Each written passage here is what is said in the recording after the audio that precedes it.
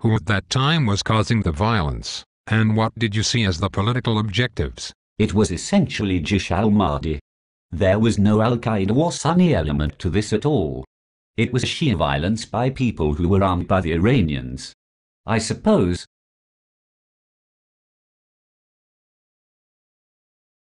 Quite cautious about ascribing everything to the Iranians, but in retrospect it's pretty clear that there was very much. It was Iranian arming, both with quite conventional munitions, but also subsequently with superior forms of aid, which made all the difference.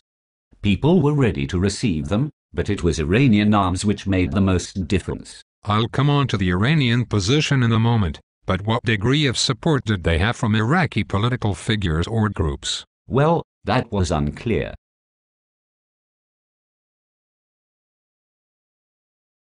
Certainly the penetration of the police by the militias shows that this was quite a deeply rooted political issue. Muqtada himself varied in his position. He had a ceasefire, and then he didn't, and sometimes the Iranians liked him and sometimes they didn't. But there were plenty of others, and it was obscure.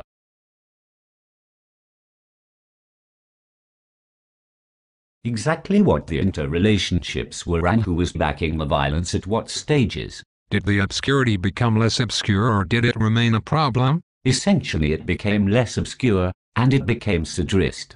Renegade or not so renegade Sadrists. And in terms of the objectives of the attack, what percentage were against the coalition? Did this again change over time? The attacks were on the whole against the coalition. The police were intimidated or else party price.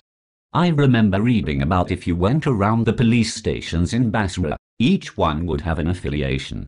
So some of them would have pictures of Muqtada and some would have pictures of Hakim, the Asai leader.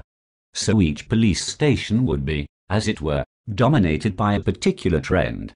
So they weren't the subject of attack. You mentioned the attempts that you and SIS3 made to alert Whitehall to the reality of the situation, but we will come on to that later in this session. Sure. What evidence did you have that the Iranians were supporting this insurgency in Basra?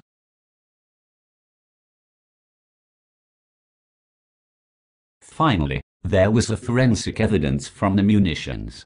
That should be recorded, and of course that wasn't our business to assemble that, but the military did.